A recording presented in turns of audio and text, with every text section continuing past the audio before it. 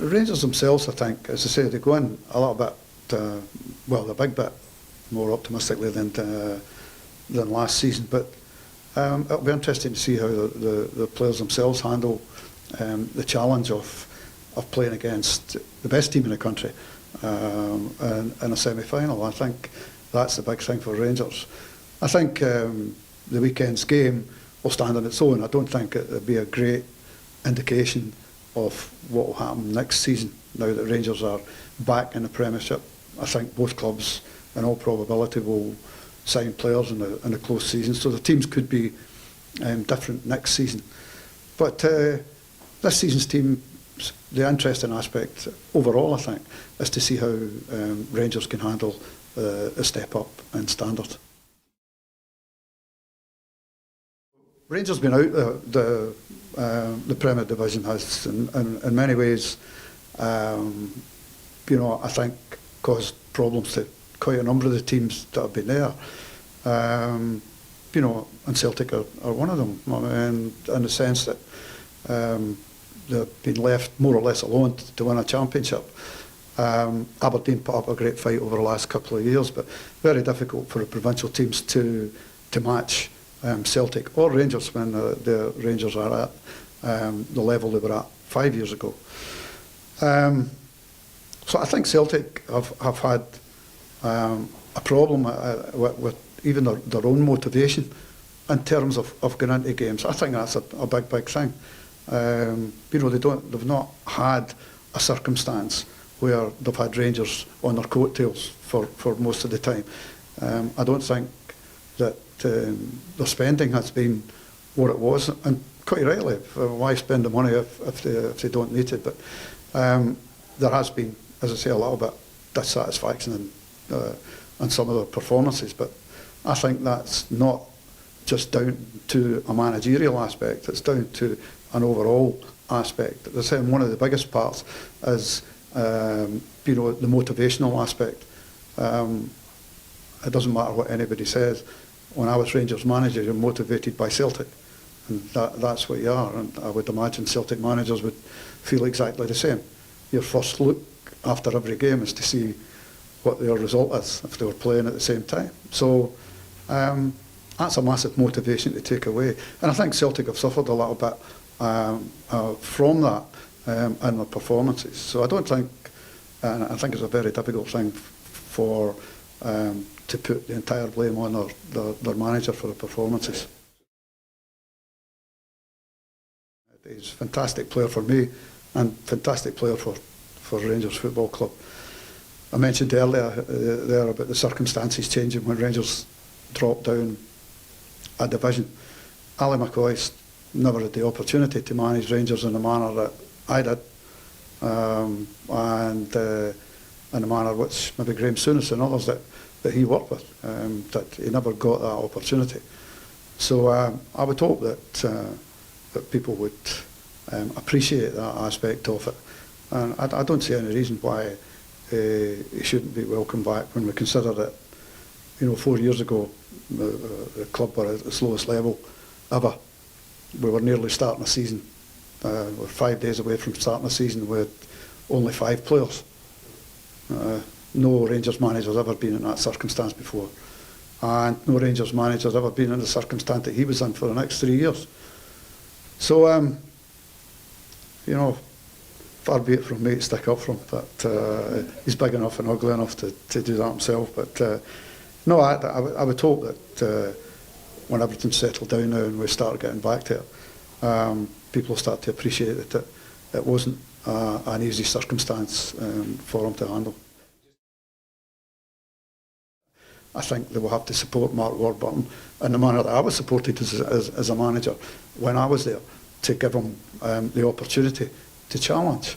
And if he gets that and he gets up the challenge, you'll soon see a different motivational aspect from Celtic, because they want to win, and that's the thing. And they know that the team that can match them is Rangers. Now, it might take Rangers a little bit of time, but unfortunately, in football, you don't always get the time that you would want. But I just hope that Mark gets, as I say, the same level of help that I had when I was a manager there. We're now in uncharted territory. A penalty shootout involving the Old Firm in a major tournament. All the pressure on the players, but I tell you what, you wouldn't be in his shoes at this time, would you? Or his. Let's rejoin our commentators then for the climax to this stunning Old Firm game. It's Andy and Ian Crocker. Well, you just knew these two would take some separating. Maybe it was destiny that they would go the distance. Craig Gordon nipped up the tunnel on full time for a bit of video analysis on Rangers penalty takers. As Fotheringham would have done his homework as well. Looks like Andy Halliday is taking the first one.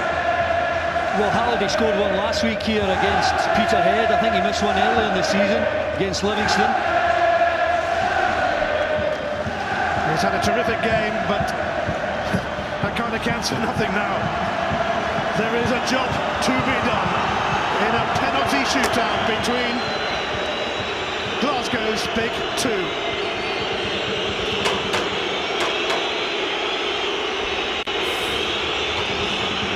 First up, Andy Halliday. Craig Gordon keeping him waiting. It's Halliday, and it's a perfect penalty. He repeats the feat at Hampden Park. Tremendous, absolutely tremendous. Confident type of penalty that gives your teammates a bit of confidence that they too can score. Charlie Mulgrew up for Celtic now. He is next to fill the heat, and the heat is intense. It is Charlie Mulgrew. It is 1-1, and penalties don't come much better than that either. Yeah, as confident as Andy Halliday, right into the side netting there for Mulgrew. James Tavernier, who's scored 14 goals from right back, a feat also achieved for Rangers in a season by John Gregg, and Sandy Jardine is next to go through the turmoil of a kick like this. Oh, Tavernier has blazed it over, way over, advantage Celtic. Well, he didn't make the goalkeeper work, he didn't hit the target, that's the worst thing. I mean, a lot of players can miss a penalty, but don't miss it by not hitting the target. Callum McGregor, next up.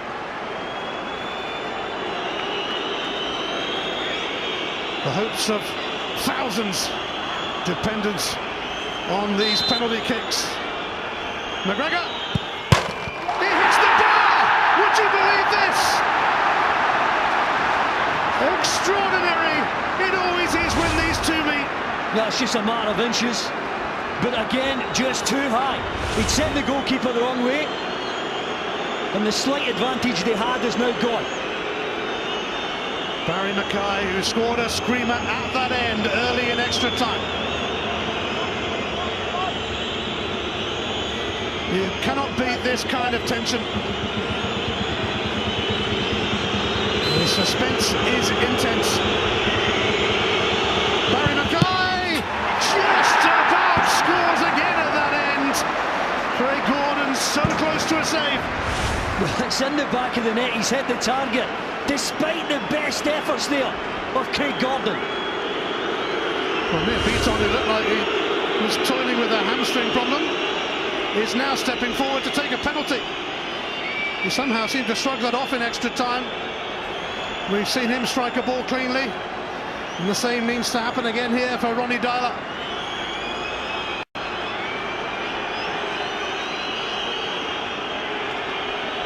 Beaton taking his time.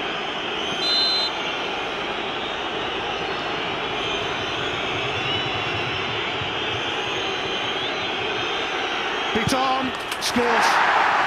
Calm, composed. He let the goalkeeper move, didn't he? Always going down the middle, lifting it a little, letting the goalkeeper move to one side. Nicky Clark is next to endure what is virtually a form of torture for footballers. It's all right, he can score. Sandy Clark, his dad. Nicky Clark, and that is an exceptional save from Craig Gordon, and the pendulum swings towards Celtic now. Gordon this time getting a bit of joy. There's a bit of power in it. Worst thing for his own man to see. But credit Gordon, he got a touch to help it all onto the bar and over. It's the captain's turn. Scott Brown. And Brown misses as well! Thundering in with a save! And we're effectively at sudden death with a penalty left of the 5. Well, credit to Foderingham, he goes really early. Scott Brown had made his mind up to put it that side. The Celtic captain misses. What will the Rangers captain do? Lee Wallace scores superbly, and the pressure now is on Lee Griffiths, the man who's missed 4 penalties this season. Brilliant from Lee Wallace. I can't think of any greater pressure than Lee Griffiths, who said himself last week that he was off the penalties. He has to score to keep his team in it. He must have a lot on his mind. Griffiths does score! No 5th penalty miss of the season for Griffiths, and on we go with Gideon Zalam. Well, you got to hand it to Griffiths. He said last week he didn't want to take any more, but I think circumstances have dictated that he had to step forward. We're now into the territory where we've got players who didn't really want to take one. 19-year-old Gideon Zalam on loan from Arsenal. Zalam with an excellent kick, and Celtic once again have to score. Lustig it will be. Brilliant from Zalam, right into the far corner. And the pressure on the takers now for Celtic if Rangers score is absolutely enormous. If Mikael Lustig doesn't score, Rangers are in the final. It doesn't get any bigger than this. Hit or miss time. Lustig scores, and on we go, on we go. You could sense the tension, the slow run-up. So many supporters don't like it. Foderingham goes the right way, but it's in the back of the net. After a long old game, a long old shootout, Nicky Law.